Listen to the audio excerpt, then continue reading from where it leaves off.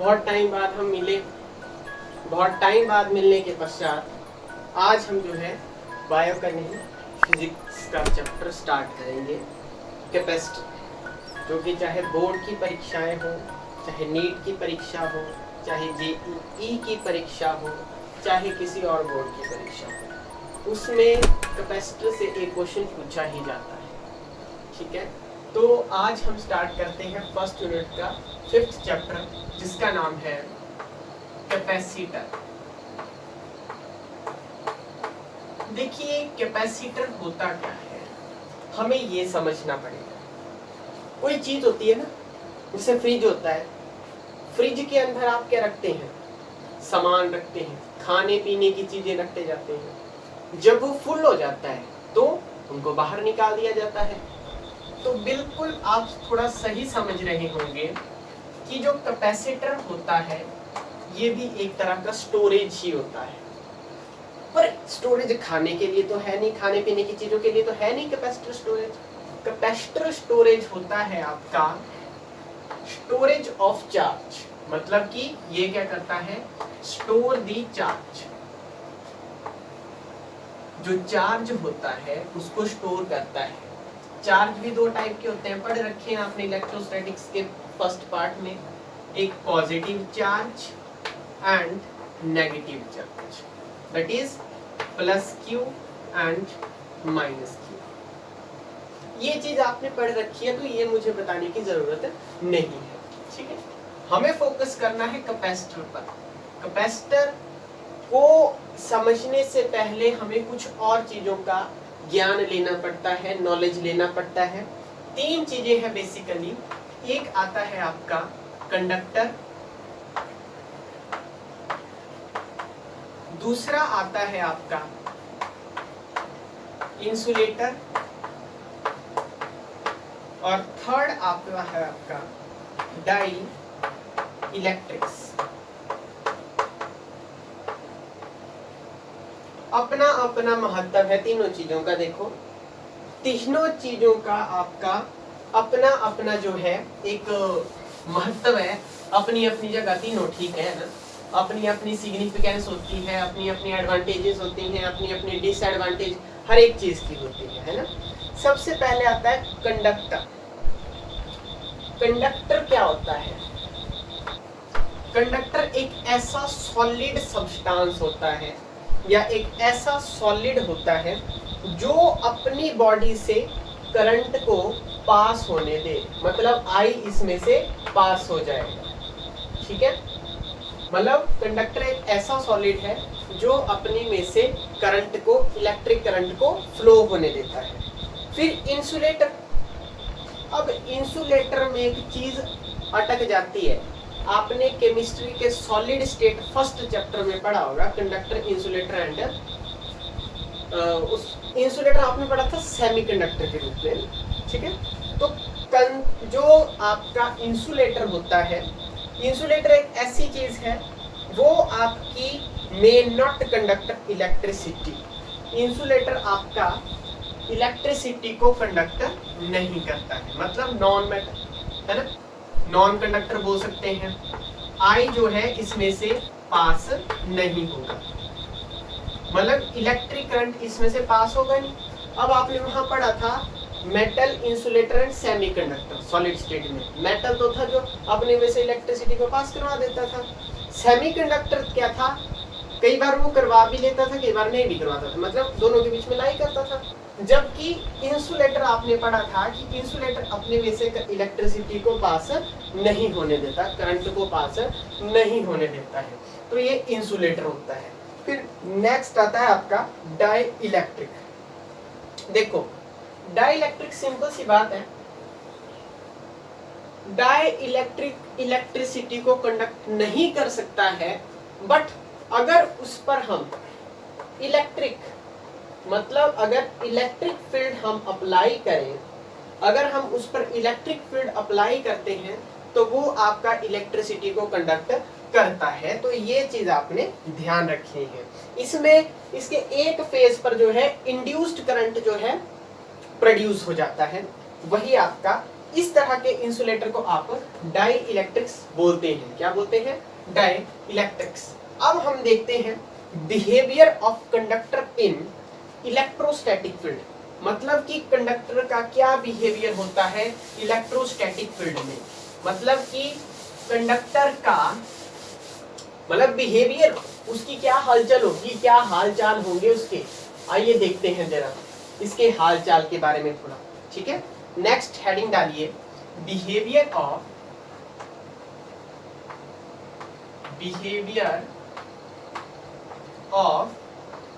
Conductor in electric field. Book में electrostatic भी करके दिया होगा तो उसमें कोई दिक्कत नहीं है, बात एक ही है, इलेक्ट्रिक लिखे या इलेक्ट्रोस्टैटिक्स लिखे। ठीक है, अब फॉर एग्जांपल हमें क्या करना पड़ेगा, एक बॉडी लेनी पड़ेगी। ध्यान से देखें इस बॉडी को, बड़ी जबरदस्त बॉडी है।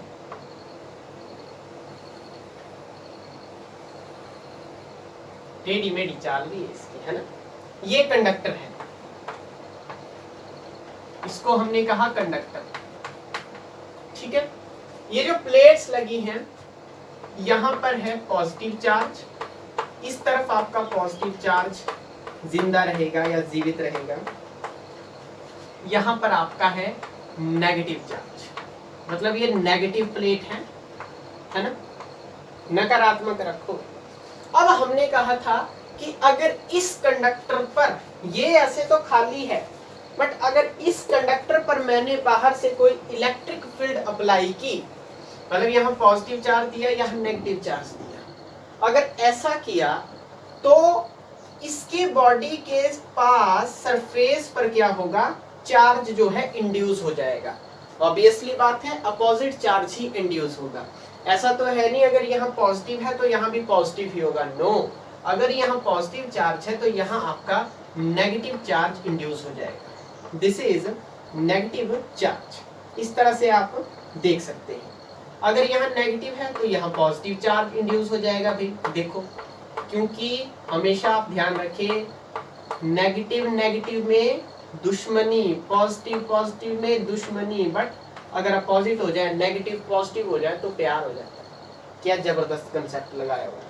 अब ये बोलता है कि अगर आप कंडक्टर को किसी इलेक्ट्रिक फील्ड के अंदर प्लेस करते हैं, मतलब वहां पर हमने दो कैपेसिटर्स की प्लेट पर क्या किया, इलेक्ट्रिक पोटेंशियल, मतलब पोटेंशियल जो है, पोटेंशियल डिफरेंस अप्लाई किया। V जो है इसको हमने दिया, V हमने इसको दिया, ठीक है, मतलब पोटेंशियल डिफरेंस हमने इसको दिया पैरेलल प्लेट्स के बीच में। तो आप देखेंगे कि इस कंडक्टर के बीच में जो इलेक्ट्रिक फील्ड होगी वो आपकी 0 हो जाएगी। ये बच्चों वाली बातें होती हैं जो आपने 10th में भी पढ़ रखी है कि इन एवरी कंडक्टर इनसाइड, अंदर जो है इलेक्ट्रिक फील्ड 0 हो जाती है। ये हम आगे देखेंगे कि क्यों 0 होती है। अब देखो, इस इलेक्ट्रिक फील्ड के बिहेवियर से हमें कुछ रिजल्ट्स मिले। सबसे पहला रिजल्ट मिला कि इनसाइड कंडक्टर इलेक्ट्रिक फील्ड क्या आ गई, 0 आ गई। ठीक है, ये तो फर्स्ट रिजल्ट था। सेकंड रिजल्ट क्या मिलता है कि इस कंडक्टर के सरफेस पर, इस कंडक्टर के सरफेस पर इलेक्ट्रिक फील्ड परपेंडिकुलर होगी सरफेस पर। ठीक है, जो है इलेक्ट्रिक फील्ड आपकी परपेंडिकुलर हो गई, क्योंकि अगर इलेक्ट्रिक फील्ड लाइंस आएंगी तो यहां से तो क्रॉस नहीं हो पाएंगी, क्योंकि यहां तो ऐसे पड़ गया, यहां से जाएंगी तो यहां से क्रॉस हो जाएंगी। क्योंकि ये मैंने क्या किसी ने भी आपको ये चीज समझाई होगी कि सरफेस से हमेशा परपेंडिकुलर होना चाहिए, तभी वहां से इलेक्ट्रिक फील्ड लाइन क्रॉस हो पाती हैं, अदरवाइज वो क्रॉस नहीं हो पाती हैं। अब थर्ड रिजल्टेंट क्या आया, थर्ड रिजल्ट ये आया कि जब कंडक्टर चार्ज्ड था, ठीक है, तो एक्वायर्ड चार्ज उस कंडक्टर के सरफेस पर इंड्यूस हो गया, ठीक है। Charge induced on the surface of the conductor, मतलब दोनों साइड से हमने चार्जिंग की इसको इक्वल तरह से, ठीक है। फिर जो पूरी कंडक्टर की बॉडी थी ये पूरी एक कांस्टेंट पोटेंशियल पर रही। क्यों रही? क्योंकि हमने एक स्पेसिफिक वोल्टेज इसको इलेक्ट्रिक फील्ड यहां से अप्लाई किया हुआ है, ठीक है। नेक्स्ट क्या आता है, जो इलेक्ट्रिक फील्ड सरफेस पर होगी कंडक्टर के चार्ज पर, आपने गॉस थ्योरम पढ़ी थी कि जो क्लोज्ड इंटीग्रल होता है इलेक्ट्रिक फील्ड का वो आपका epsilon naught times the magnitude of charge के इक्वल होता है, ठीक है। मतलब कि आपने कुछ ऐसा पढ़ा था, जो फ्लक्स आती थी ना, पर आप पहले ऐसे पढ़ते थे E ds equal to the Q by epsilon naught, ये पढ़ते थे ना आप। फिर आप फाई ले लेते थे इस तरफ, तो phi is equal to Q by epsilon naught, क्योंकि ये इक्वल आ जाता था उसके। तो अब यहां कहा जो इसके सरफेस पर जो इलेक्ट्रिक फील्ड होगी वो आपकी Q नहीं होगी। क्यों नहीं होगी? क्योंकि ये सरफेस है, तो यहां पर सरफेस चार्ज डेंसिटी सिग्मा आएगी। मैंने क्या किसी ने भी, मैं हर बार मैंने बोल रहा हूं, मैंने पढ़ाया नहीं अभी चैप्टर पीछे का, किसी ने भी आपको ये समझाया होगा कि किसी ने बताया होगा surface charge distribution, linear charge density, volume charge density, है ना, 2-3 चीजें पढ़ी है। लीनियर चार्ज डेंसिटी होती थी लैम्डा, सरफेस चार्ज डेंसिटी होती थी सिग्मा, और जो आपकी वॉल्यूम चार्ज डेंसिटी होती थी वो थी रो। तो यहाँ तो सरफेस पर हुआ ना चार्ज इंड्यूस, तो यहाँ पर आ जाएगा sigma by epsilon naught. Epsilon not की वैल्यू आप भली भांति जानते हैं, आपने पढ़ रखी है इलेक्ट्रिक फर्स्ट चैप्टर में। अब यहाँ पर सिग्मा आपकी आ गई सरफेस चार्ज डेंसिटी। ये आपको फॉर्मूला थोड़ा याद रखना है, यहाँ से कई बार न्यूमेरिकल पूछ लिया जाता है नीट में, ठीक है। हो सकता है बोर्ड में भी पूछ लिया जाए, ठीक है, हो सकता है बोर्ड में भी पूछ लिया जाए, ठीक है। अब देखो चार्ज तो यहीं से आएगी ना इलेक्ट्रिक फील्ड, ऐसे को अंदर नहीं जा पाएगी पर आगे निकल जाएगी, ऐसे को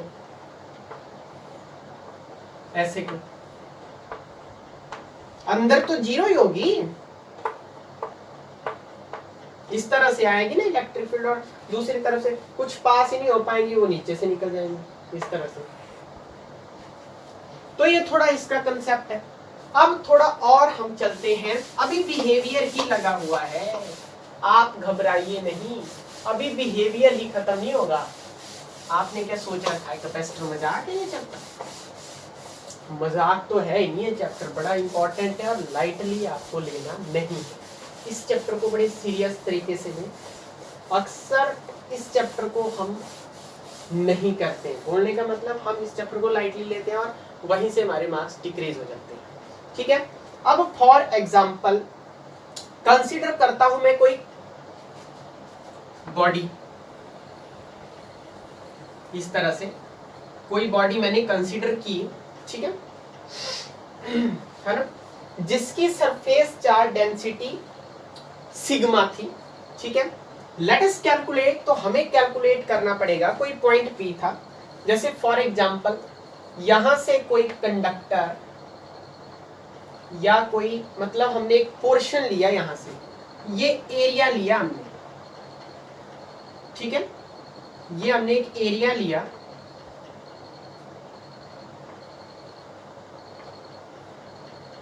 ठीक, ये एरिया लिया है हमने भी, यहां से कोई फील्ड लाइंस क्रॉस हुई होंगी, ठीक है। ध्यान से समझे इसको, मजाक नहीं करना है, मजाक की बात नहीं होती, पढ़ाई को सीरियसली लेना पड़ता है। इस तरह से। ये पॉइंट P है, इस पॉइंट P से इलेक्ट्रिक फील्ड ये रही, ठीक है। अब ये छोटा सा एरिया स्मॉल एरिया है तो इसको आप ds लेंगे, स्मॉल एरिया ds। अब आपको पता है पॉजिटिव चार्ज मतलब इसके पूरे सरफेस पर पॉजिटिव चार्ज है, ये देखिए।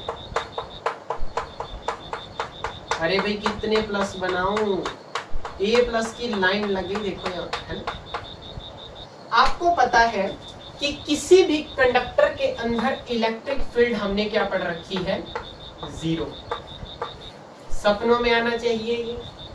बट यहां से बोलता है कि इस P पॉइंट से इलेक्ट्रिक फील्ड कितना होगा सरफेस पर, हमें ये चीज कैलकुलेट करनी पड़ेगी। अब हमें पता है कि ये P पॉइंट इस कंडक्टर के ये जो कंडक्टर बॉडी है, इस कंडक्टर के P पॉइंट बिल्कुल क्लोज है, ये ज्यादा दूर नहीं है, ये P पॉइंट बिल्कुल क्लोजली इसके साथ रखा हुआ है। आपको पता है कि कुछ ना कुछ क्वांटिटी ऑफ फ्लक्स यहां से पास हुआ होगा, मतलब अमाउंट कितनी नंबर ऑफ फील्ड लाइन इस कंडक्टर को क्रॉस करती है, वही फ्लक्स कहला जाता है, फाई, है ना। मतलब कुछ ना कुछ आपका amount of flux, small amount of flux यहां से क्रॉस हुआ होगा इस P फेज से, वो आपने पढ़ रखा है इस क्रॉस से, E ds। इस सरफेस से ये आपका इलेक्ट्रिक फील्ड इनटू एरिया, है ना। Flux electric field into area ये आपने पढ़ रखा है। इस छोटे से सरफेस में से ये क्या हुआ होगा, अप्लाई हुआ होगा, क्रॉस हुआ होगा, ये क्रॉस हुआ है, ठीक है।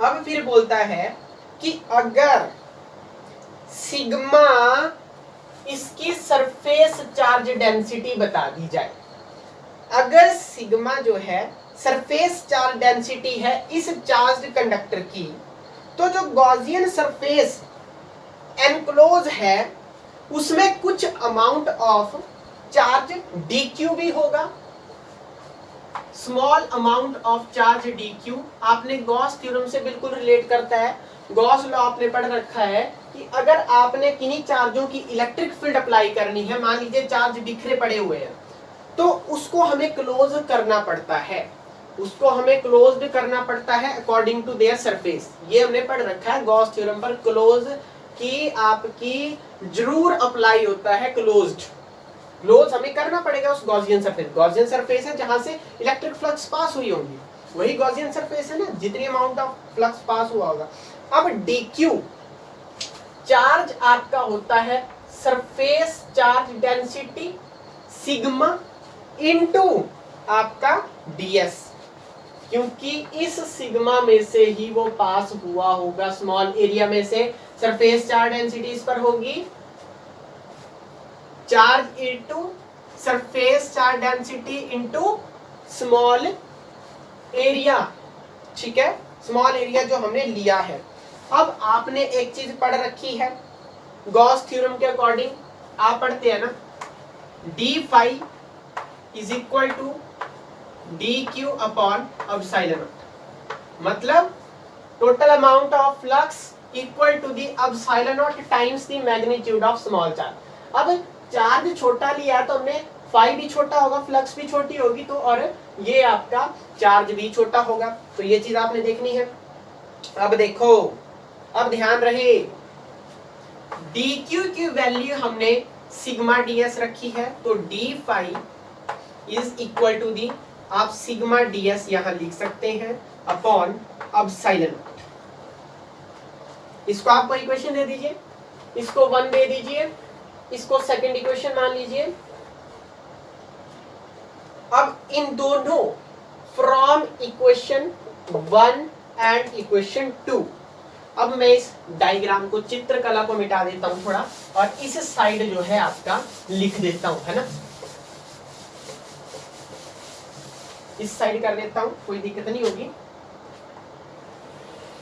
ये सेकंड इक्वेशन है, तो फ्रॉम इक्वेशन 1 एंड 2, जब आपने इक्वेशन 1 और 2 देखी होगी तो डी फाई को पहले ही कॉमन आ गया तो कट गया, आपके पास बचा E D S is equal to sigma D S upon epsilon naught. Epsilon naught permittivity of the absolute permittivity of the free space. जबरदस्त, ds से ds कटा तो इलेक्ट्रिक फील्ड आपकी आ गई सिग्मा बाई एप्सिलॉन नॉट। मतलब कि ये क्या था, expression for electric field in term of surface charge density and Gauss theorem. ठीक है, मतलब जो हमने पीछे मैंने आपको एक फार्मूला लिखाया उसकी डेरिवेशन भी आपकी आ गई यहां से यहां तक। तो ये फार्मूला आपका सपनों में आना चाहिए।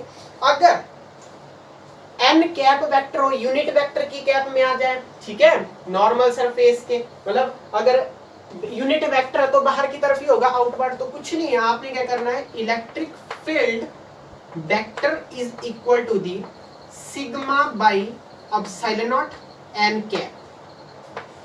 ये आपका इन टर्म ऑफ वेक्टर अगर आपका यूनिट वेक्टर दिया हुआ है। ठीक है, अब नेक्स्ट बात करते हैं थोड़ी सी और, या इतना काफी आज के लिए।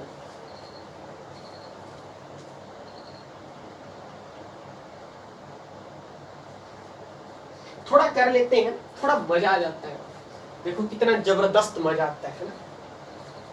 नेक्स्ट हेडिंग भी डाल लेते हैं, क्योंकि कैपेसिटर छोटा चैप्टर भी नहीं। अगर आप बोले भाई बहुत ही छोटा चैप्टर है, उतना छोटा चैप्टर भी नहीं है ये। ऐसा अगर आप सोचेंगे, आप गलत सोच रहे हैं, बिल्कुल आप गलत सोच रहे हैं। अगर कैपेसिटर आपका छोटा चैप्टर है, ऐसी बात नहीं है। कैपेसिटर बहुत अच्छा चैप्टर है, लंबा चैप्टर भी नहीं है, उतना भी नहीं बोल सकते। अब नेक्स्ट बात करते हैं polar and non polar dielectrics की। पोलर एंड नॉन पोलर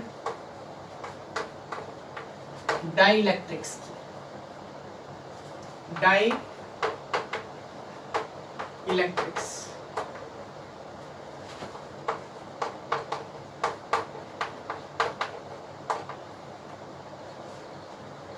दो चीजें बड़ी जबरदस्त कंसेप्ट है इनका। देखो पहले बात करते हैं पोलर डाइलेक्ट्रिक। पोलर डाइलेक्ट्रिक देखो कुछ ऐसा दिखता है आपको, ये न्यूक्लियस है भाई, ठीक है, ये इसके अंदर चार्ज तैर रहा है, नेगेटिव चार्ज। पोलर डाइलेक्ट्रिक क्या होता है, एक ऐसा डाइलेक्ट्रिक जिसमें एटम और मॉलिक्यूल का जो सेंटर ऑफ ग्रेविटी, मतलब कि जो सेंटर पॉजिटिव चार्ज है और नेगेटिव चार्ज होता है, वो कभी भी कंसाइड नहीं करते हैं, कोइंसाइड। कॉन्साइड करने का मतलब है कभी भी वो सेंटर में ही रहेंगे, इधर उधर बिखरे पड़े होंगे।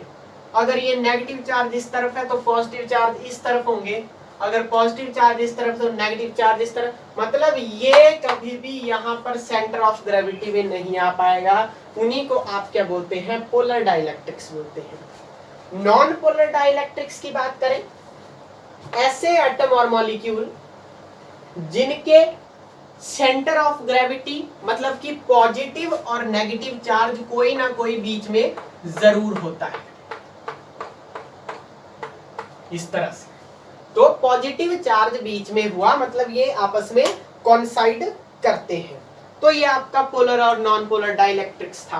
अब हम बात करते हैं नॉन पोलर एटम को अगर इलेक्ट्रिक फील्ड के अंदर रख दिया जाए। अगर नॉन पोलर एटम को, मतलब इसको अगर मैं इलेक्ट्रिक फील्ड के अंदर रख दूं तो क्या होगा, उसकी पोलराइजेशन हो जाती है।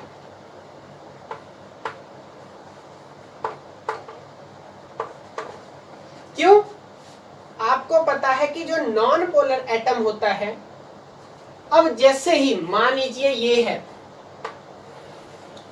जैसे ही मैं इस पर इलेक्ट्रिक फील्ड अप्लाई करूंगा, इस नॉन पोलर एटम पर अगर मैं इलेक्ट्रिक फील्ड अप्लाई करूंगा, जैसे ही मैंने अप्लाई किया ना तो ये स्ट्रेच हो जाएगा इस तरह से। इसका जो पॉजिटिव चार्ज है वो दूसरी तरफ खींचा चला जाएगा, धक्का लग जाएगा उसको इस तरह से, ठीक है,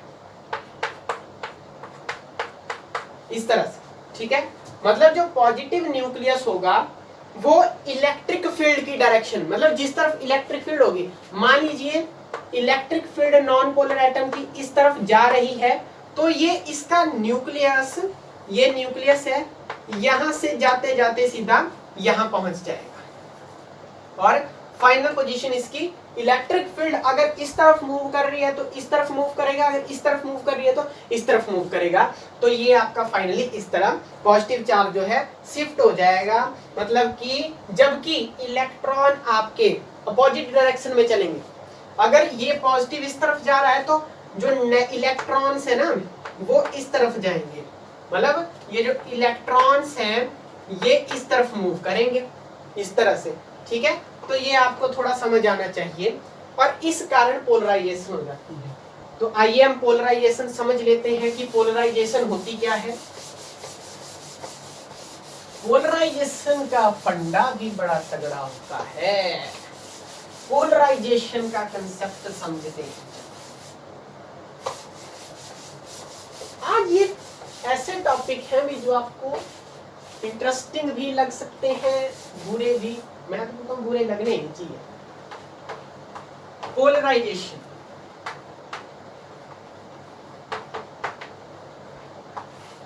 बड़ा जबरदस्त कंसेप्ट है। पोलराइजेशन क्या होता है? जब डाई इलेक्ट्रिक एटम आपका स्ट्रेच हो जाता है, किसकी वजह से? Due to displacement of charges in the atom under the action of applied electric field. मतलब कि ये आपका गोला पॉजिटिव चार्ज था एटम, जब मैंने इस पर इलेक्ट्रिक फील्ड अप्लाई की, जब मैंने इस पर इलेक्ट्रिक फील्ड अप्लाई की तो ये बेचारा स्ट्रेच हो गया और इसके चार्जेस की डिस्ट्रीब्यूशन हो गई, मतलब ये डिस्प्लेस हो गए, डिस्प्लेसमेंट मतलब एक स्थान से दूसरे स्थान। जो पॉजिटिव चार्ज था वो जिस तरफ आपकी इलेक्ट्रिक फील्ड गई उस तरफ मूव कर गया, ठीक है, नेगेटिव चार्ज उसके अपोजिट मूव करने लगे। तो इसी stretching of atom due to displacement of charges in atom is called as the polarization. तो इसी प्रोसेस को आप क्या बोलते हैं बेटा? पोलराइजेशन बोलते हैं। देखो क्या खतरनाक जबरदस्त कंसेप्ट लगाया हुआ है। अब डाइइलेक्ट्रिक स्लैब की पोलराइजेशन की बात करते हैं, मतलब एक डाइइलेक्ट्रिक कंडक्टर स्लैब बोल देते हैं हम, ठीक है। डाइइलेक्ट्रिक कंडक्टर के अंदर की पोलराइजेशन की बात करते हैं। फॉर एग्जाम्पल देखो, एक तो हमने छोटा सा, पहले मैं इसको बना लेता हूं यहां पर, ये वैक्यूम है, ये positive positive positive positive positive positive, negative negative negative negative negative negative, ठीक है। अब इस तरफ surface charge density plus sigma, यहां पर minus sigma surface charge density रहेगी। अब ये वैक्यूम है पूरा आपका, इलेक्ट्रिक फील्ड आएंगी और यहाँ टकराएंगी, आएंगी टकराएंगी, आएंगी टकराएंगी, आएंगी टकराएंगी, इस तरह से। इसके अंदर कुछ ना कुछ इलेक्ट्रिक फील्ड होगी क्योंकि ये वैक्यूम है, वैक्यूम है, ठीक है। अब देखो हमने क्या किया कि कंसिडर किया, कोई पैरेलल प्लेट कैपेसिटर लिया, मतलब कैपेसिटर की दो प्लेट्स होती हैं, एक प्लस प्लेट और एक negative plate, positive plate negative plate. हमने दो प्लेट्स जो है किसी कैपेसिटर की ली, ठीक है। हमने क्या किया, इन कैपेसिटर की प्लेट्स के बीच में वैक्यूम को रख दिया, है ना, खाली स्पेस रख दिया हमने। तो जो इलेक्ट्रिक फील्ड बनेगी किन्हीं दो प्लेट्स के द्वारा, तो E naught is equal to sigma by epsilon naught आपने पढ़ रखा है, ये इसको डिनोट कर रहा है electric dielectric electric field, E not से आप डिनोट करते हैं बेटा। बहुत जबरदस्त कंसेप्ट है। अब सपोज किया कि किसी डाई इलेक्ट्रिक स्लैब को मैं इसके अंदर रख देता हूं। अब मैं देखो डाई इलेक्ट्रिक स्लैब का खतरनाक कंसेप्ट बताता हूं। मैंने इसी को क्या किया, बड़े ध्यान से इस डायग्राम को समझना, ये बहुत जबरदस्त डायग्राम है, ठीक है। एक तरफ वही मैंने यही ले ली है, तो मैंने आपको समझाई, ऊपर भी ऐसा था, बट जब मैं इसके अंदर डाई इलेक्ट्रिक स्लैब को रख देता हूँ तो देखो क्या घटना होगी, ध्यान से समझना। मैंने क्या किया, इसके अंदर डाई इलेक्ट्रिक स्लैब रख दिया, ठीक है।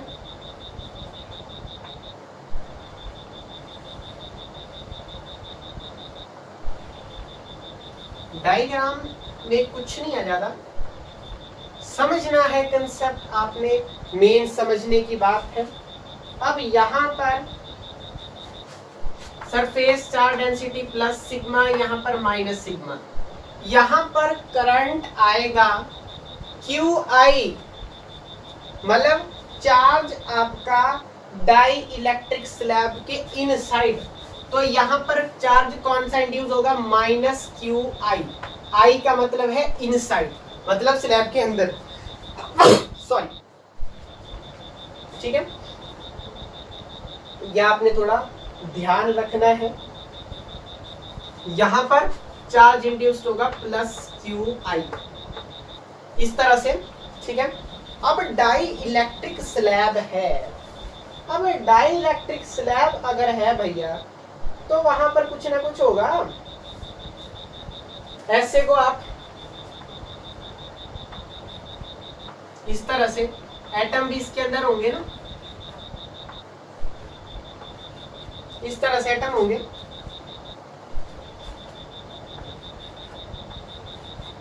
इस तरह से देखो,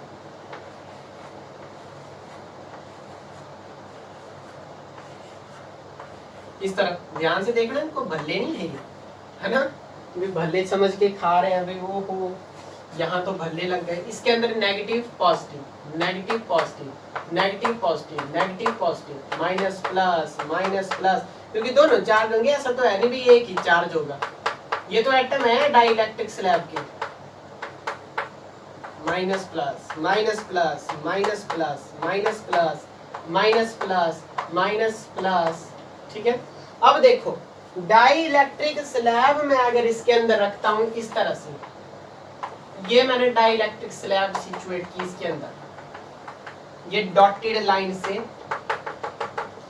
बोर्ड भी लिया, देखो इसको बोला आपने dielectric slab, short for DS, लगा दीजिए, ठीक है। अब होगा क्या, सपोज तो कर लिया। अब देखो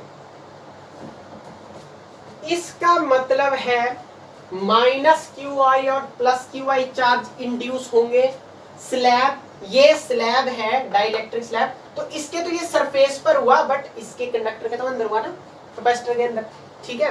अब कहा कि चार्ज, मतलब जो ये जो इंड्यूस हुआ चार्ज, ये तो चार्ज अंदर प्रोड्यूस हुआ, इसी को आप इंड्यूस्ड चार्ज IC बोल देते हैं। क्या बोलते हैं, इंड्यूस्ड चार्ज IC बोलते हैं, ठीक है। अब देखो इंड्यूस्ड चार्ज सेटअप क्या करेगा, एक इलेक्ट्रिक फील्ड सेटअप करेगा बीच में, मतलब इसकी वजह से एक इलेक्ट्रिक फील्ड सेटअप होगी, ठीक है, डाई इलेक्ट्रिक स्लैब के अंदर। तो इस डाई इलेक्ट्रिक स्लैब के अंदर जो इलेक्ट्रिक फील्ड जनरेट होगी, इसको आप बोलते हैं electric field due to polarization, electric field due to polarization, क्योंकि पोलराइजेशन हुई ना, यहां पर ये क्या थे, एटम स्ट्रेच हो चुके हैं, देखो पॉजिटिव नेगेटिव बीच में कभी भी कंसाइड नहीं कर रहे हैं, तो पोलराइजेशन की वजह से एक इलेक्ट्रिक फील्ड डाई इलेक्ट्रिक के अंदर स्ट्रेच होगी, प्रोड्यूस होगी, उसी को आप EP डाई इलेक्ट्रिक बोलते हैं, electric field due to polarization. अब जो इलेक्ट्रिक फील्ड का जो डाई इलेक्ट्रिक्स में रिजल्टेंट आएगा, मतलब कि इलेक्ट्रिक फील्ड रिजल्टेंट क्या आएगा, वो आप लिखेंगे E0 माइनस EP, मतलब कि E0 क्या है, वैक्यूम की, मतलब ये जो स्लैब के बाहर का एरिया है, EP क्या है, ड्यू टू पोलराइजेशन, तो ये भी आपको सपनों में आना चाहिए, E0 माइनस EP, ठीक है, E0 माइनस EP, ये चीज आपको सपनों में जबरदस्त भयंकर तौर पर आनी चाहिए, तो ये आपको कंसेप्ट आना चाहिए, ठीक है। अब हम डाइलेक्ट्रिक कांस्टेंट की बात भी कर लेते हैं और इस चैप्टर तो क्या खत्म होगा, मतलब ये पोर्शन आपका थोड़ा खत्म हो जाएगा, उतना नहीं रहेगा। फिर आपका बड़ा सिंपल से है क्वेश्चंस आगे, क्वेश्चंस भी तो आपके बड़े नॉर्मल टाइप के जो हैं आगे आपके नेक्स्ट टॉपिक्स हैं, ठीक है। अब हम डाइलेक्ट्रिक कांस्टेंट की बात करते हैं। डाइलेक्ट्रिक कांस्टेंट, डाइलेक्ट्रिक कांस्टेंट की बात करते हैं।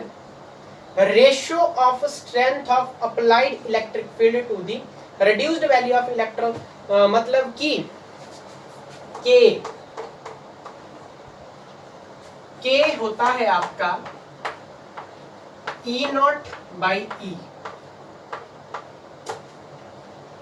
मतलब ये रेशो है किसकी, जो इलेक्ट्रिक फील्ड मतलब जो इलेक्ट्रिक फील्ड थी उसकी रेशो स्ट्रेंथ ऑफ अप्लाइड, मतलब E0 हमने अप्लाइड रेशो की, E0 क्या है, अप्लाइड इलेक्ट्रिक फील्ड है। E0 का मतलब है कि हमने बाहर से जो है इलेक्ट्रिक फील्ड अप्लाई की है। Ratio of applied electric field to the reduced value of applied reduced value of electric field due to dielectric, मतलब कि डाइलेक्ट्रिक से जो हमने डाइलेक्ट्रिक के जो इलेक्ट्रिक फील्ड हमने रिजल्टेंट निकाला था उसके रिस्पेक्ट में ये हमें मिली। तो डाइलेक्ट्रिक कांस्टेंट आपका के होता है E0/E। E थी आपकी रिजल्टेंट डाइलेक्ट्रिक स्लैब को बाद में रखने के बाद, E0 थी जो आपको डाइलेक्ट्रिक स्लैब से पहले अप्लाइड मिली थी, तो ये आपकी होती है, ठीक है। इसी को डाइलेक्ट्रिक कांस्टेंट ऑफ कैपेसिटर बोला जाता है या मीडियम बोला जाता है। इसको आप रिलेटिव परमिटिविटी भी बोलते हैं या स्पेसिफिक इंडक्टिव कैपेसिटी भी बोलते हैं। इसको आप के और एप्सिलॉन आर से भी डिनोट करते हैं, ध्यान रखना। तो के आ जाता है आपका E0/E डाइलेक्ट्रिक मीडियम में, तो के की वैल्यू ऑलवेज ग्रेटर देन 1, ये आपने हमेशा याद रखना है। एक पोलराइजेशन डेंसिटी भी आती है बट वो हमारे काम की नहीं है, तो हमें करने की जरूरत भी नहीं है, ठीक है। इलेक्ट्रिकल ससेप्टिबिलिटी भी आती है बट वो हमें काम की नहीं है, हमारे काम की नहीं है, जरूरत भी नहीं है। कल हम जो है स्टार्ट करेंगे इलेक्ट्रिकल कैपेसिटेंस क्या होती है।